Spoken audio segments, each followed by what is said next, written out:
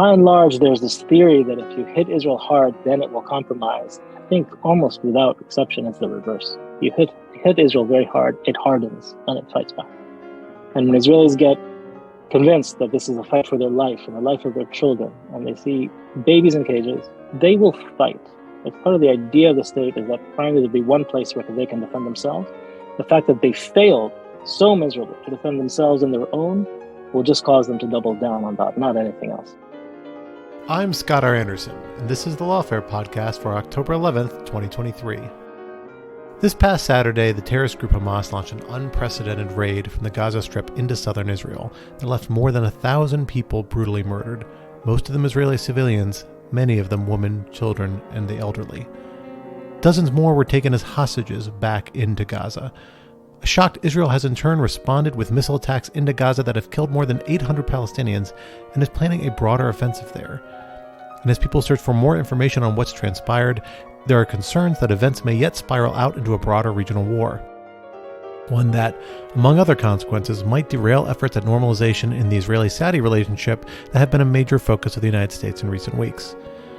To discuss these tragic events and their potentially seismic consequences, I sat down with a panel of leading experts, including Natan Sachs, a colleague of mine at the Brookings Institution and Director of our Center for Middle East Policy, Byman from the Center for Strategic International Studies, who is also Lawfare's foreign policy editor, Ghaith al-Omari of the Washington Institute for Near East Policy, and Lawfare's own editor-in-chief, Benjamin Wittes. We discussed the ripple effects the attack is having throughout the region, the role that Iran and other actors may have played, and what it may yet mean for the region and the broader world. It's the Lawfare podcast for October 11th, Hamas's attack on Israel and what comes next. Let me go ahead and start with you, Natan, if that's okay. You know, this event is obviously a traumatic one. It's obviously a major event, but it's one in a situation, a conflict that's been ongoing between Israel and Hamas for many years. And I think an initial instinct for some people who casually observe the region is that this fits into this broader pattern of violence. But I think for a lot of Israelis in particular, as well as for many other people around the region, this is a distinctly different event. Tell us how it's being perceived with significance, what role, how it fits into this pattern of past conduct and what makes it different. Thanks for having me. We're the very early days, so some of the reaction can be emotional and maybe hyperbolic, but I don't think it's hyperbole. Israelis believe that the country changed irrevocably on the morning of Saturday. It was a historic trauma. In sheer numbers, this is the bloodiest day in Israel's history by far, nothing even close.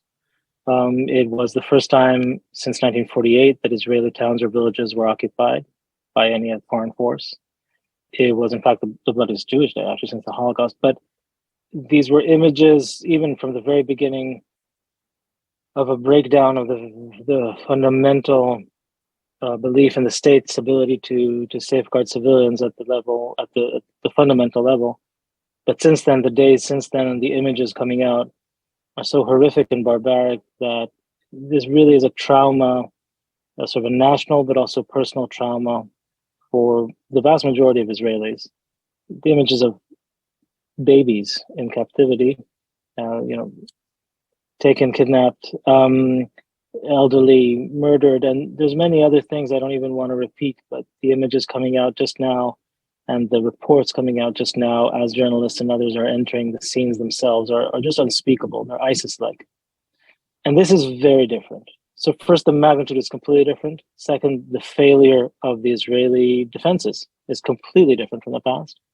And third, the ostentatious, barbaric nature of a lot of this is different. Hamas has a long history of terrible suicide bombings that Israelis know very well intimately, but nothing like this, nothing of this kind of barbarism. All that makes it into a really very different moment. And I think I and others have used sort of the comparison to 9/11, and that can be overstretched. I don't mean to belabor the analogy. There are big differences, but there are also similarities, certainly in terms of the scope. If you compare it per capita to Israel, this actually far exceeds 9/11. We're talking now of upwards of 900 dead in the first day. And that's, of course, in a country much, much smaller than the United States. And that means, from policy perspective, I don't mean this just to inflame emotions. The emotions are extremely high and the blood is boiling. But what that means in terms of policy is that there's a completely different demand on the government for action than there was before. Some of that fueled even by vengeance, which is no guide for good policy, but is a very real guide in real life. But also a sense that all these previous rounds that you were mentioning, it's just intolerable anymore. And so there is a very strong call to go in and topple Hamas, knowing that the price that Israel would pay, and of course that Gaza would pay, will be tremendous. But if you think, again, going back to this analogy, if I told you on 9/10 that the United States would invade Afghanistan or any other country in Central Asia, you would, South Central Asia, you would think I'm crazy. By 9/12, it seemed an inevitability. And so again, not to belabor it, I'm quite certain Israel will go in huge force in the Gaza Strip. I don't know if they'll actually try to topple Hamas. They may decide not to. The captives, of course, are a huge complicating factor, as is Hezbollah. But Israel is in a very different place. 10 million people haven't slept since Saturday.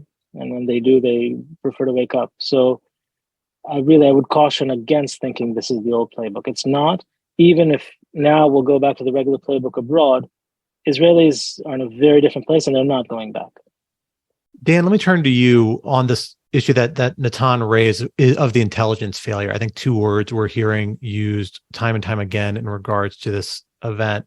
You wrote a really useful piece for Lawfare that went up, I think, earlier this morning, kind of thinking through what it means to be an intelligence failure, what this might look like. Tell us from your perspective, I mean, how should we be looking at this as an intelligence failure? What sort of intelligence failure are we talking about?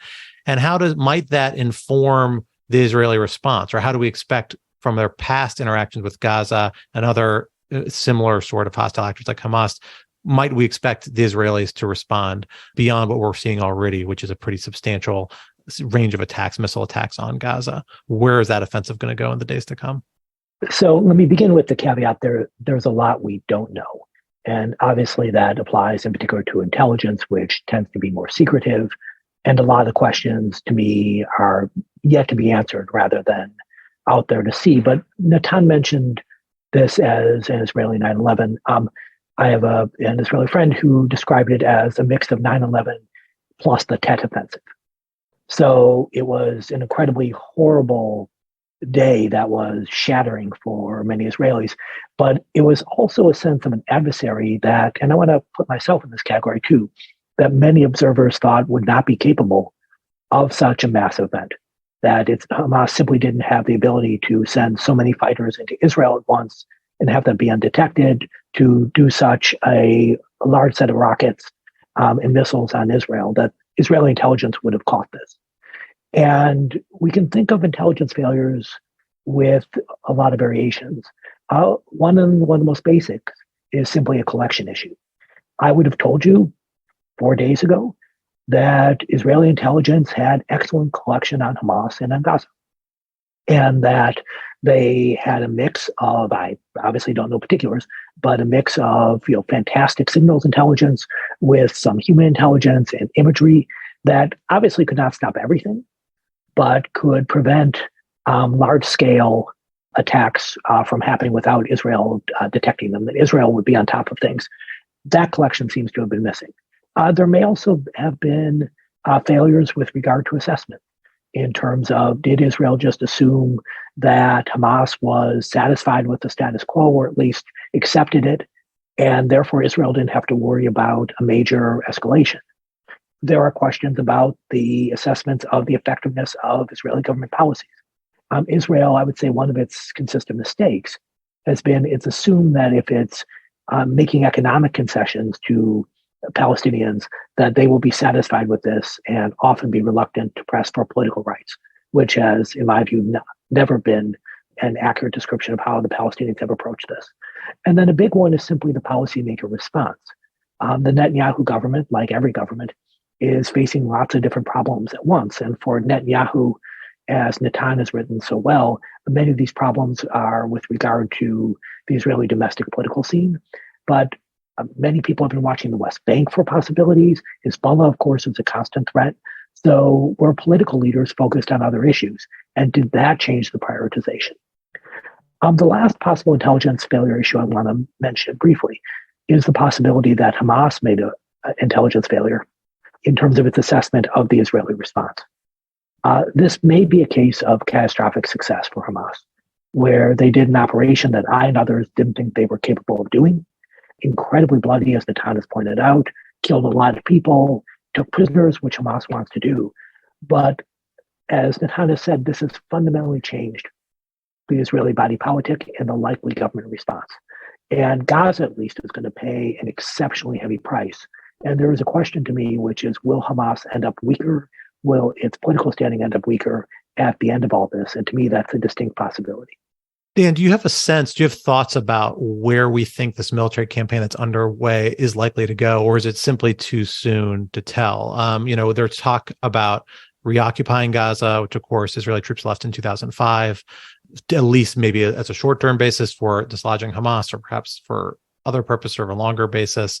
There's a range of other military options on the table. We're seeing a blockade being put already that's being described as cutting off electricity and food and water, in addition to arms and other sorts of more conventional military equipment. Do we know what direction this might go in? Are there any hints from past Israeli strategy on this, or is this a new enough phenomenon with a new enough set of objectives that it's hard to know exactly where it's going to go beyond what they're telling us thus far? So clearly, we're seeing massive airstrikes and what's going to be a devastating blockade happening already. So that's begun. The scale of Israel's mobilization, to me, indicates that a significant ground operation is highly likely. And in the past, Israel has penetrated a few kilometers into Gaza, and that's actually been quite risky and costly for Israel. And they have to worry that there will be additional military casualties, that there may be soldiers who are surprised and taken hostage by, say, Hamas fighters appearing out of the tunnel unexpectedly. But this is not a case of a retaliation for a few rocket attacks with a dozen Israeli casualties. And I really want to stress that the scale of this is so different that I don't think the past is a very helpful guide. And I think Israelis are willing to suffer more casualties, even though obviously this is a country that really values the lives of its own soldiers. And I think they're willing to take considerable risk to go into Gaza and really punch Hamas. And that could mean arresting or killing Hamas leaders, destroying as much of the rocket and missile infrastructure as possible. And to do that effectively, it's going to require some ground presence. So the real questions to me are how deep and how long. And I don't know the answers to that, but I think the anger is so immense in Israel that it's going to be a very strong response, and much more so than we've seen in the past. Ghaith, let me come to you next, because of course there's another side of this conflict that we haven't gotten to touch on enough yet. And of course, there's the Palestinian side. The military response we have seen incur a kind of growing number of fatalities in Gaza. I think we hit over 800, as reported by Gaza's public health ministry, 4,000 injured, 8,000 fatalities as of a few hours ago, the last time I checked, which is a staggering number of casualties for any amount, and likely to climb in the days to come. Tell us about how this conflict, the initial act by Hamas in particular, and then the response to it, is being perceived by Palestinians generally, I suppose, on the one hand, but also by the different actors in the Palestinian political sphere. Of course, we have Hamas being very much a rival of the Palestinian Authority in control of the West Bank, with some common interests, some conflicting interests. How are they reacting? How is this being perceived? And where do you see, what momentum is this putting on Palestinian politics? What impact is it likely to have in the time to come? Thank you, Scott. Look, before I answer you, just if I may zoom out for a minute. Look, over the last few days, I've seen a lot on social media, on traditional media, people trying to justify what's going on. I explain it. There's no justification for what Hamas did. This is an act of terror, pure and simple. Nothing justifies the kinds of brutality that we have been seeing coming out in the last few days. So to be very clear, none of this obviously absolves Israel of the need to protect civilians during the conflict, etc. We have to have moral clarity when it comes on Hamas's actions. Look, why did Hamas do this? Actually, before I get to this, how did the Palestinian public receive it? It is very hard to tell. One of the problems these days is on social media, the only voices you hear are the most extreme voices. Yet, from my experience in previous Palestinian-Israeli rounds, the initial reaction is euphoria. There's a scene. This is revenge. This is Israel only understands force, etc., etc. There's also selective coverage, and I've seen this on a lot of Arab media, particularly on Al Jazeera. This Qatari-funded media outset that is full of articles and programs that talking about how humane the Hamas soldiers are and covering all of the ugliness. So, but in the initial phases, there is euphoria. But what we have seen in the past, that as the conflict goes on, and here I would agree with both Natan and Dan, that what we're going to see today, just in the same way that the Hamas attack was unprecedented, the Israeli action will be unprecedented. As the casualties increase, there will be questioning. Of course, there is a question of what can people in Gaza do about Hamas. That's a different question. But I think we've always seen this shift from euphoria to basically despair. If you want to go to the policy side of it, I believe that Hamas had many reasons to initiate this. Some are geostrategic, Saudi, Israel, etc., but some were domestic. And the domestic is primarily they see the Palestinian Authority as a very weak, fragile authority. Palestinian Authority is the main opponent of Hamas. They see things in the West Bank as very volatile, as we have seen in the last months. They see an Israeli government that was trigger happy and willing to kind of escalate in the West Bank, and they see their opportunity start things up in flame in the West Bank. And in, by the way, in East Jerusalem and in Israel itself. So far, they have failed. They have failed. The Palestinian Authority itself understands that this is a threat, but the Palestinian Authority is too weak to take a strong position. So the Palestinian Authority publicly supporting Hamas. On the ground, Palestinian security forces are trying to prevent terror. They're trying to prevent friction. Will they succeed? We don't know. We'll have to wait and see.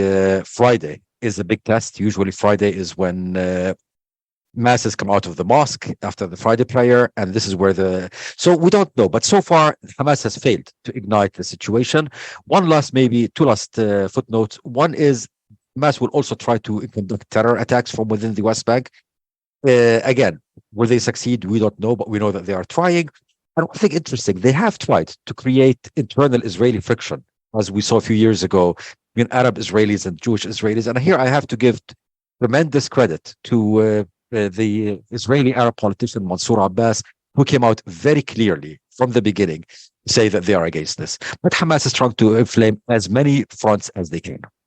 Well, that actually leads well to my next question, which I'll direct here towards you, Ben, because I think you wrote a really useful guide to how to think and how to respond to this incident not for Lawfare actually, but for Dogshirt Daily, your Substack, which you are living accurately to for the moment. But I thought it was really useful, and a lot of it going through was about saying ways not to frame and talk about this attack, which is very much a reaction to how these incidents, I think, often get played and are perceived perhaps in good faith, sometimes not in good faith, sometimes instrumentally and used by different political audiences, particularly in the United States and other parts of the world.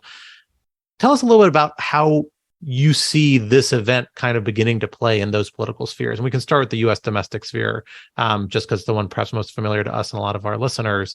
How is this attack playing in? How do you expect it to play in? And what are the right parts and the wrong parts about that? What are possibly some of the positive and negative consequences about what may come and how we talk about this in the days to come? Yeah. So one of the things that I thought was really upsetting about a very upsetting incident, and of course it's much less upsetting than the horrific attack itself, but it is what we were exposed to right away, was this series of reactions from different corners of the world, the political world, the Jewish world, for those of us who are Jewish, the left world, and the domestic political right in the United States, which I actually thought was pretty wall-to-wall horrifying. And I think some of it you can forgive as, conditioned kind of trauma response. People are very emotional. And so I kind of made a point of not naming names in the piece. But Look, I do think, anytime I think I identified 7 ways not to respond. And, they ranged from, talking about how the other side, whichever other side you're talking about, only understands force, some of the themes that Ghaith mentioned earlier, to, from the political left, the immediate urge to contextualize or to say, I denounce this but, right? And then the gravamen of the sentence follows the but. And then I have to say, the part that offended me most was the domestic political right, which lost not even seconds in scoring political points against the president for on wholly unrelated matters. And so Romney McDaniels, and for politicians, I actually will name names, who, got on television on Sunday morning as this was happening, still happening, and talked about what a wonderful opportunity it was for Republicans. So I guess I think that there's a grotesqueness about some of the political reaction, and different corners of the world will be offended more, I suppose, by different parts of the reaction. But I thought it was amazing how, in the midst of this,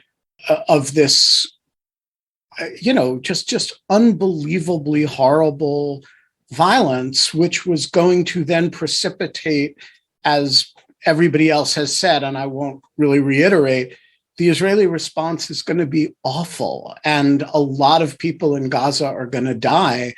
And social media was full of the glibest and most sort of worst point scoring. And so I guess that's what was behind the piece, just a sense that, hey, something really, really horrible has happened here. Can we have a little bit of respect for the people who are being murdered and the people who are going to die in the response to that? Just can we cool it for a minute? So I want to think a little bit about what this all means kind of moving forward, because we've got a moment of reaction. I think we've all know there's a lot we don't know, but we're beginning to get signs about the positions that policymakers are taking, that different states are taking, and sense about directions this might go in, although I think there's still a lot unknown, as Dan and Natan and others folks have noted. And some of the ramifications of this, if it's a little bit speculative. Natan, I'll start with you on this, just to circle back to the Israeli side. This is obviously a major moment of national crisis. I think we would expect to see, I think we have seen in these early days, what, I don't know if there's an American idiom or not, but in the United States, we always say rallying around the flag, a sense of national unity and purpose. And certainly Israel has a very strong national identity that it's not surprising to see people rally around. But there are big accountability questions here as well, which we've already seen hints at from folks, political figures in Israel, questions about particularly the intelligence failure element of it. And some broader questions, I think, primarily in the left, but I even made the Haaretz op-ed pages I saw, I think, over the weekend or yesterday, making the point that part of this policy, tying it to the very aggressive stance that you see in the Netanyahu government, really the Netanyahu governments, but particularly the most recent coalition government, take on refusal to recognize Palestinian rights or make concessions to Palestinians on various fronts, and tying in this incident to some extent, without excusing the actual acts being pursued, but to some extent to a broader policy nexus and broader policy debates that have seized Israel really for the last several years and are still in the background, a very contentious set of issues, just not at the fore right now. How does this intersect with those broader debates, the Supreme Court debate, the reform debate, the West Bank settlement debate? Do we have a sense about how this is going to play with those one way or the other, publicly or among the elites that are making the clearest decisions here? We know Netanyahu has made a call for a coalition government with the last folks who ran the last government prior to his, with no conditions. That hasn't been taken up yet. Is that an indicator that there might be less people on the same page than it might appear at first glance when we get to the medium long-term policy solutions? It's a great question. I'll try to parse it out. There is definitely a rallying around flag effect. There's no question about it. especially from civil society and citizens. There was a very strong sense that the government, the state even, was a bit AWOL. And even the military was AWOL, which is surprising. The military is both very popular in Israel, but also very able. And it was not this time. And so the obvious failure of intelligence, but also preparedness, even assuming Israel was surprised, the Hamas fighters, over 1,000 apparently, met very little resistance. I shouldn't say no resistance. There was real heroism, but they should have met far many more troops.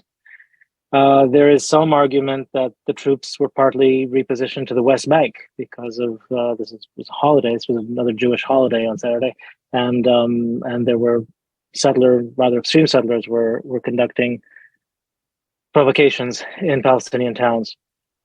There's a lot there to unpack. I don't know the real answer there, and there will be a huge reckoning. Israel is sort of well versed in this. This will be in 1973 repeat. Everyone knows that. The military will not come out unscathed. We've already heard one or two senior officers say that. But there's also, I think, a very widespread sense in Israel that all that is extremely important, but it's not now. Right now, there's a war. These are the commanders of the military. They're very able.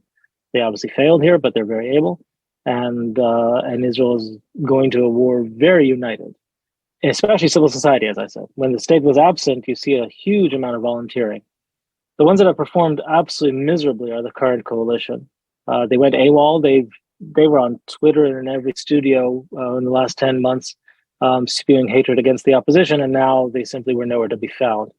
I think the chance for a national unity government is a big word for it. It would be bringing in at least Benny Gantz and Gadi Eisenkot. So Benny Gantz is the primary leader of the opposition in the polls, at least, although not the official leader of the opposition.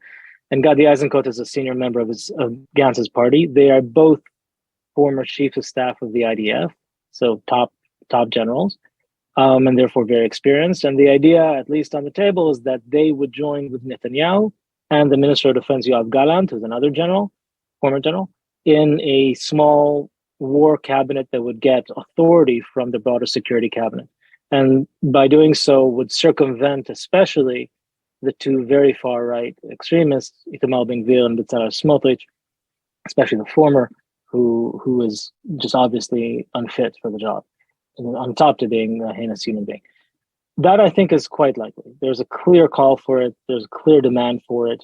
I think Netanyahu also feels it would allow him to conduct the war in a different way in both directions. It would give him cover if he does not act as hard as the public wants, but also give him cover if he does.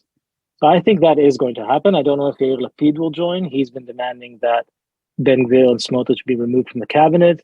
But I think at least Gantz and Eisenkot, I think it's very likely that they join. And I think from the Israeli public perspective, that would be very welcome. There are many people who are calling for Netanyahu to resign. There, of course, were people calling for him to resign before this happened.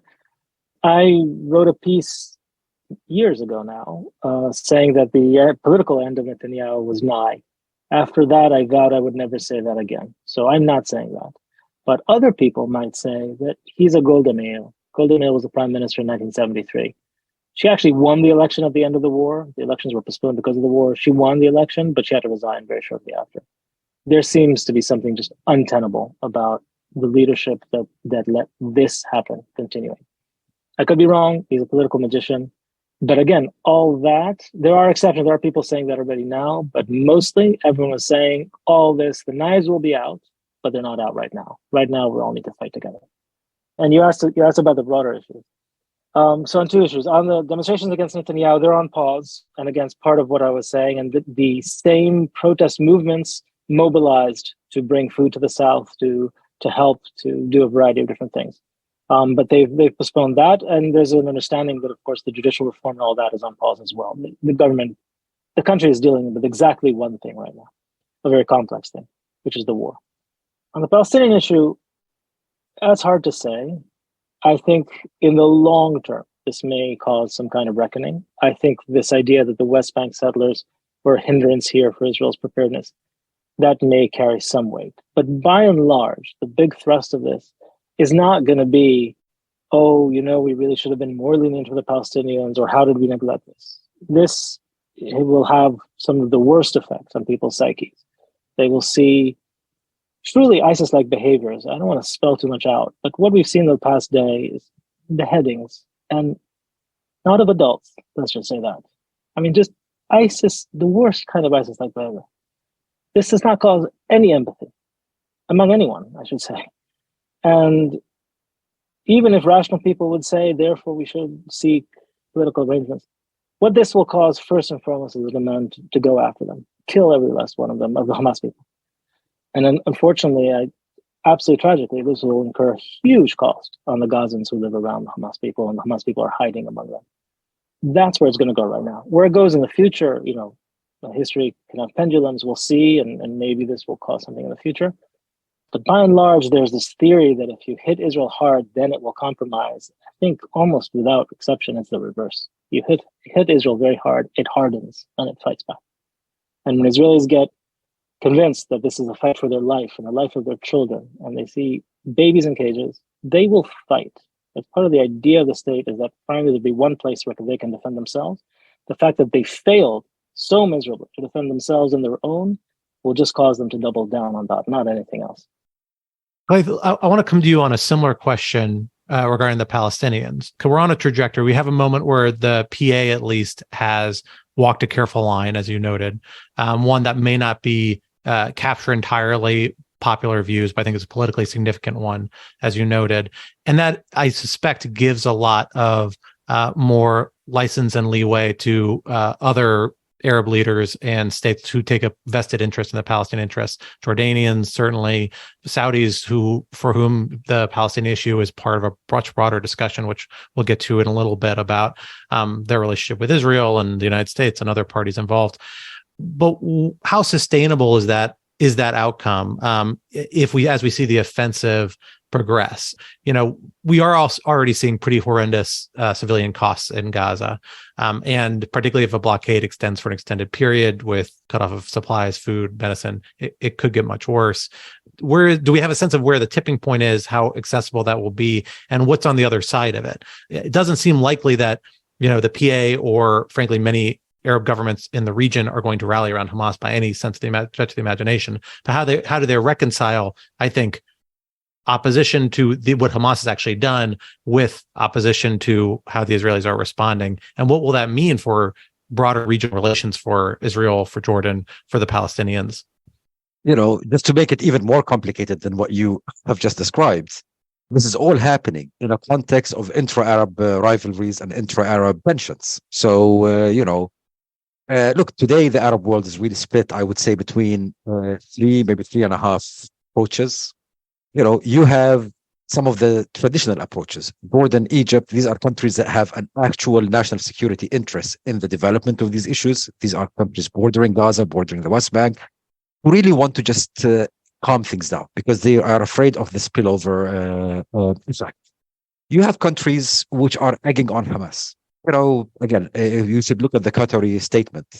See that blamed basically Israel for everything. You have very interesting. We saw two different Arab approaches, UAE and Bahrain, partners in the Abraham Accords, who came out fingering specifically Hamas, saying you're responsible. And then you have Saudi Arabia, who aspires to lead the Arab world, and as you noted, is already in the mix of a complex negotiation with the US and Israel, which is playing hardball.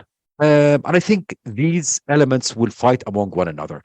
We do know that for all of these actors, the interest that they understand, the more that we see images of dead Palestinians, the more that the human suffering in Gaza increases, the more that their internal political oppositions will play it out. I mentioned about next Friday in the West Bank.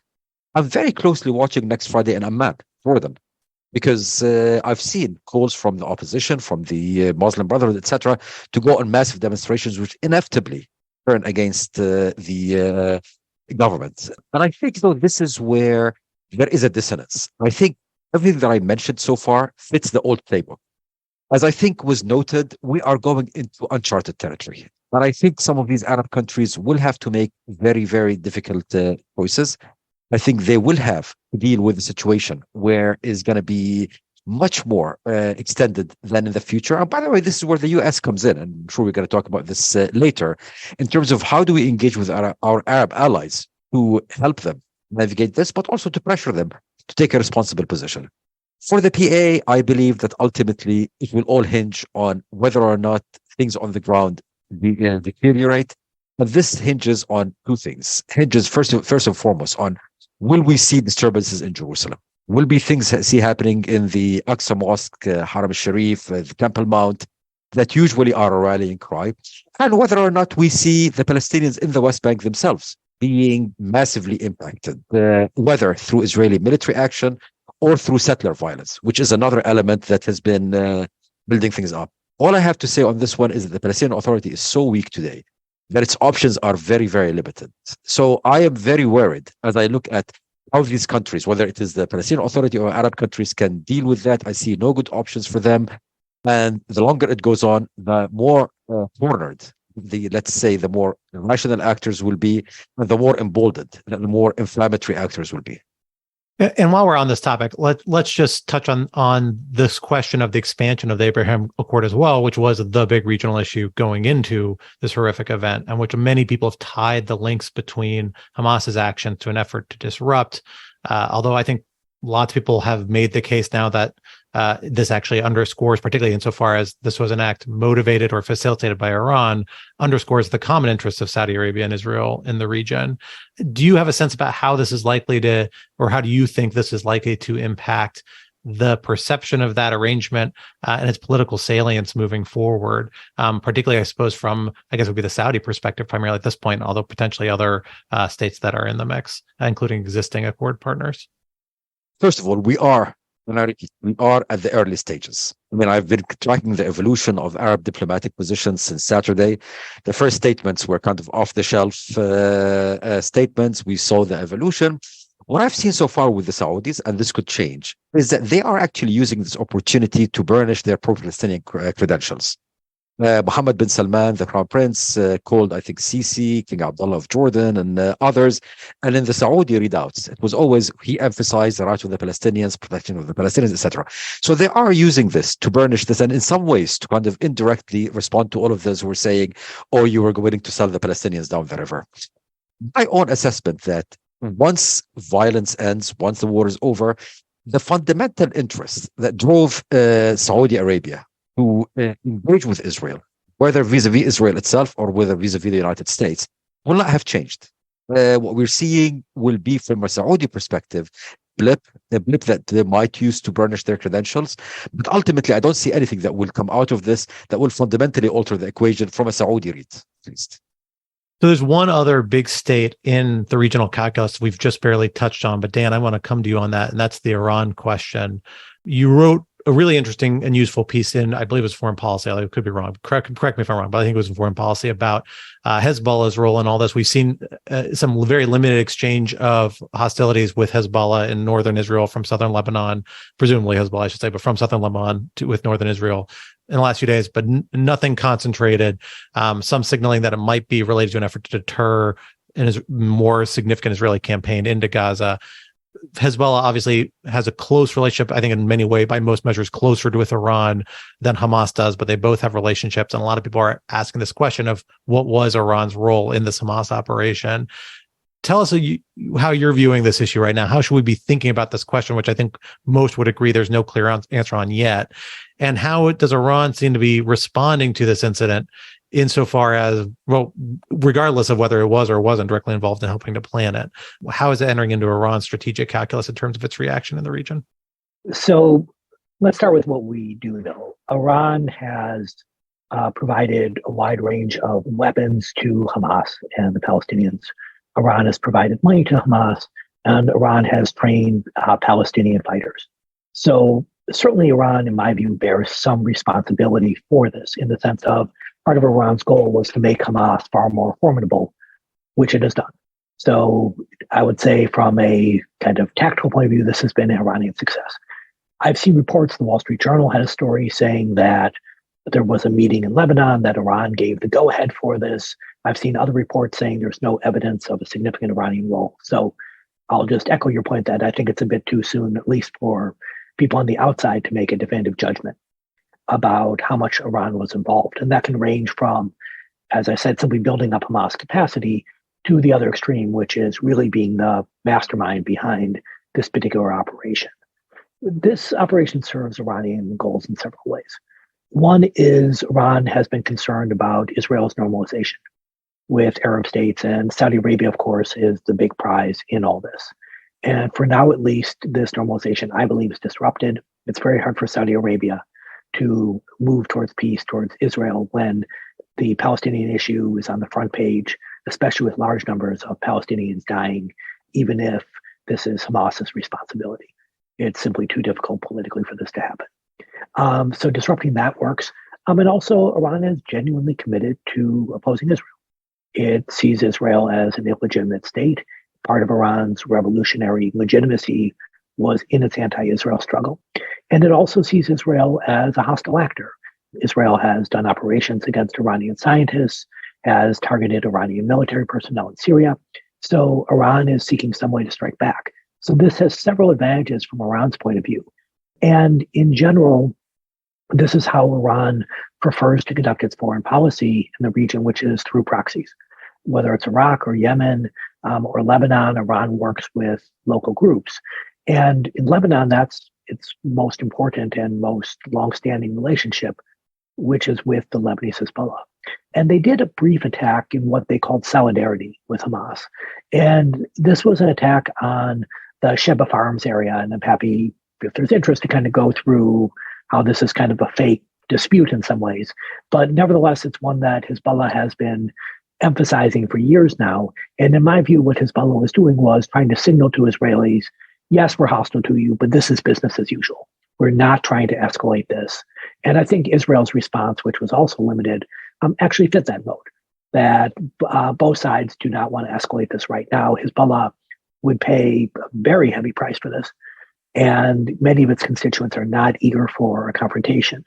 The United States is also focused on preventing this sort of escalation. Part of the reason that the Biden administration deployed a carrier battle group to the Eastern Mediterranean was to prevent regional actors, and that would be Iran, that would be Hezbollah, from escalating. So the U.S. is trying to message, and I'm not sure how much that affects Iran and Hezbollah, but certainly bringing the U.S. into this against them is not something they want. So, Ben, I want to come to you with another, and arguably maybe the last major actor that we are keeping an eye on in terms of where this goes next, and that's the United States, and perhaps some allies as well. We saw a major statement of support come forward from the Biden administration with several European states, the UK, France, Germany. That was notable in the last few days. We've seen motion towards strong support for the Israelis' efforts to fast track assistance to them, perhaps as part of a package with Ukrainian assistance that's been held up in Congress, and generally a kind of very strong stick by Israel sentiment, certainly in any sort of public representation, I suspect, in most private discussions as well at this point. How sustainable is that in the medium to long term, though, as this conflict proceeds? We know the Biden administration has been in an effort to decline U.S. major involvement in the Middle East. I don't think they're pretending that's entirely possible, but they don't want to make it a major front, a major war. Although with American hostages on the game, I for one, I would just know it would not roll out an actual direct U.S. military participation at some point. But that setting that aside, there's obviously not a ton of appetite, or at least going into this weekend, there wasn't a ton of appetite for a major U.S. military involvement in the region. And we're already seeing elements of the Israeli offensive that I suspect are going to make Americans uncomfortable, Israeli response, particularly statements by the Minister of Defense about the scope of blockade, cutting off humanitarian assistance, blocking the southern crossing point with Egypt, limiting supplies through there. Short term might be something people are willing to tolerate. In the long term, that becomes a law-of conflict concern and an ethical concern more generally. That's going to be a point of friction for probably Europeans and others that tend to have more restrictive visions of those, certainly legal constraints earlier, and then for the Americans eventually. So how is the Biden administration going to balance this? How do we feed this into where we're going to look at the American position on this 4 weeks from now, 4 months from now, as opposed to just in these early days? Yeah, so putting aside the law of armed conflict questions for a moment, I think the Israelis go into this with a lot of running room from the United States, and atypically for them with a lot of running room from Europe, which is usually more edgy about Israeli military action than the United States is. Candidly, Hamas has made this pretty easy. And, the concept of a state has very little meaning if you don't respond, if you can't respond or are constrained from responding in defense of 1,000 people in your country. And so I think the tolerance for aggressive military action by the Israelis is going to be quite high. The question in my mind is for how long and how aggressive, right? So the Israelis won't be, for all their talk, and Yoav Gallant just announced that Gaza would never be the same, right? There's got a lot of sort of, very belligerent talk, but the Israelis are not, they're not going to do a Grozny or an Aleppo or a Mariupol here. And so the question is, part of the question is, what is their strategic objective? And we don't really understand the answer to that question yet. And how coherently can they communicate what their strategic objective is to American policymakers in a fashion that makes their behavior appear proximately related to something that is reasonable? I think as long as they can do that, they will have a lot of lead from the United States. And frankly, I don't think you're going to see European governments get too upset about it either. Here's the problem. Actually defining a reasonable strategic objective that you can achieve without civilian death on a scale that is actually morally unacceptable is extremely difficult. And so you can do the first week and a half looks very much like the same irrespective, right? You're hitting targets with Hamas leadership and weapons systems. You're killing or capturing people. There's civilian casualties, but you don't seem to be targeting civilians. You seem to be targeting legitimate military targets. And then you've done all you can do in that regard. And what do you do then, right? Do you go house to house and street to street, street by street? Do you try to free hostages, which will involve getting a lot of people killed?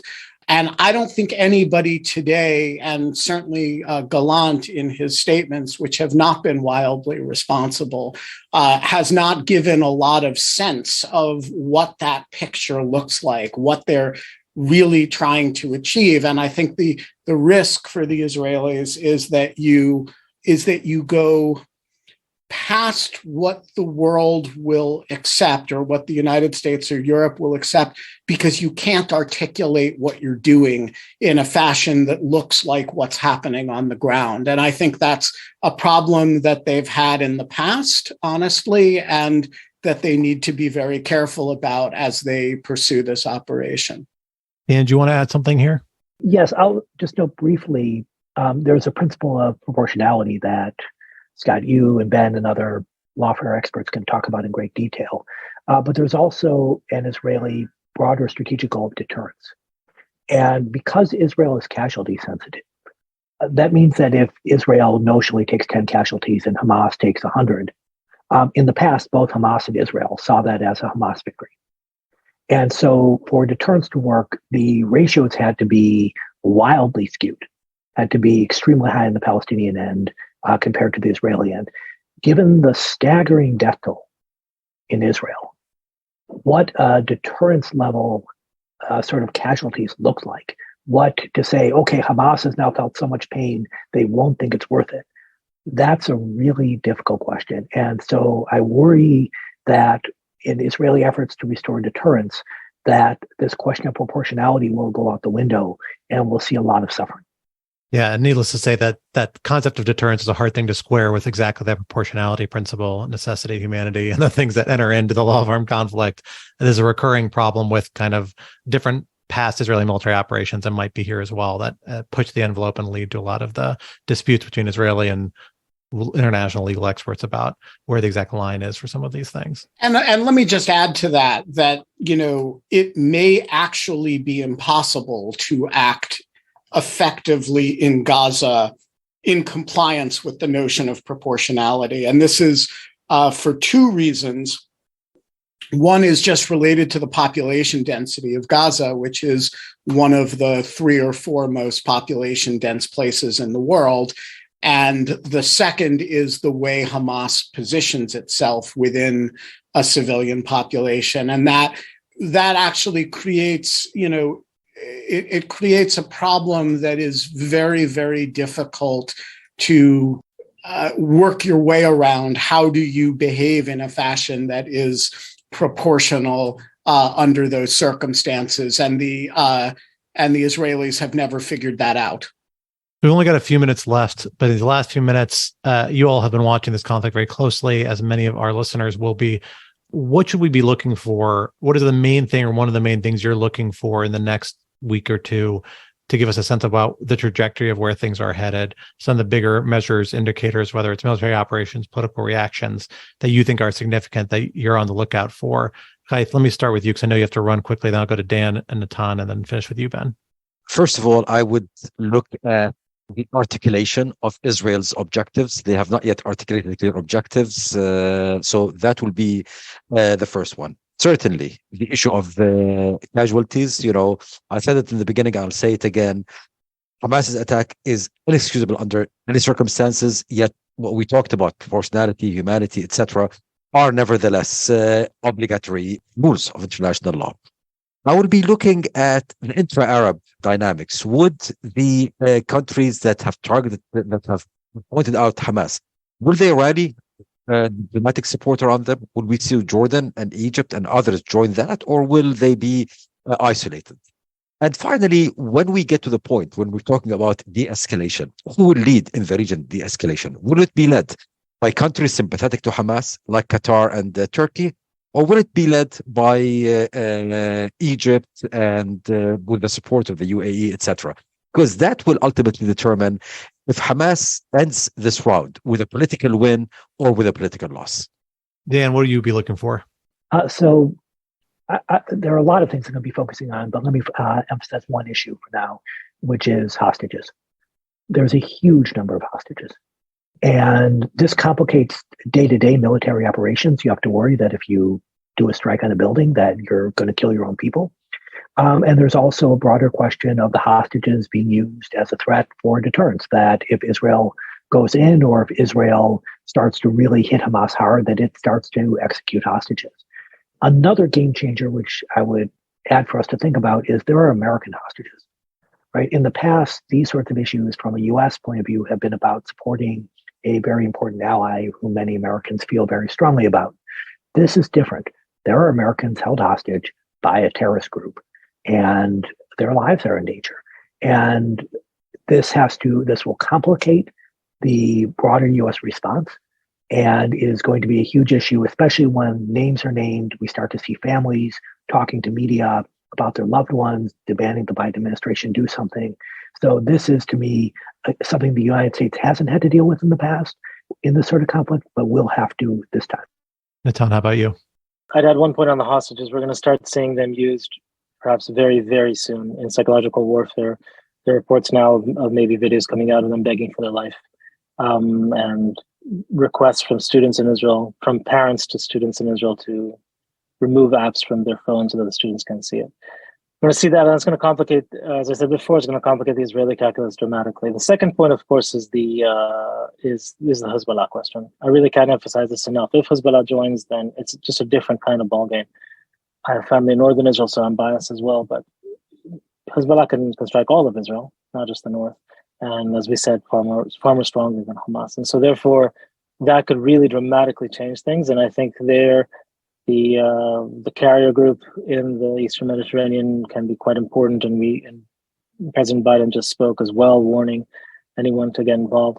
So the question there is, what exactly is the red line? What would the U.S. do? Would it get involved or not? That's, I think, the second point that will be absolutely crucial. A third is what will we see in the West Bank, East Jerusalem, maybe inside Israel among Palestinian citizens. So far, we've seen not all that much. We have not seen the West Bank blow up as we saw in previous cases. And if that separation remains, then that's one thing. If not, then it could be quite a different thing. It's in some ways not as dramatic as Hezbollah, but if inside Israel things flare up, that could get very ugly very fast, especially with blood already boiling. Ben, I'll bring it to you to close. What do you have your eye on? Yeah, so a lot of what I was going to say has been covered. I want to mention one other thing about hostages, which is that Israel, in a way that Americans often don't understand, really turns itself upside down over hostages. And, one Israeli soldier in the hands of Hamas for 5 years was a national cause celeb that really made a difference, in people's lives in a way that has no analog in the United States. 150 hostages releasing videos is very hard to overstate the psychological impact of that and the operational constraint that it might create for Israeli forces. That's thing number one. Thing number two, I agree also that a huge amount turns on whether this becomes a multi-front war or not. And there are two really important questions that guide that. The first is whether the stories about Iranian involvement are correct or not, or whether Israel perceives them as correct. Because if Israel concludes that Iran was involved, it will respond against Iran in some way, and that will bring Hezbollah into the war. And as Natan describes, Hezbollah is the most capable fighting force that the Israelis face, and it's a wholly different animal than dealing with Hamas. The second thing that guides that potentially is whether Iran wants to bring Hezbollah into the war as a way of sharpening its own credentials.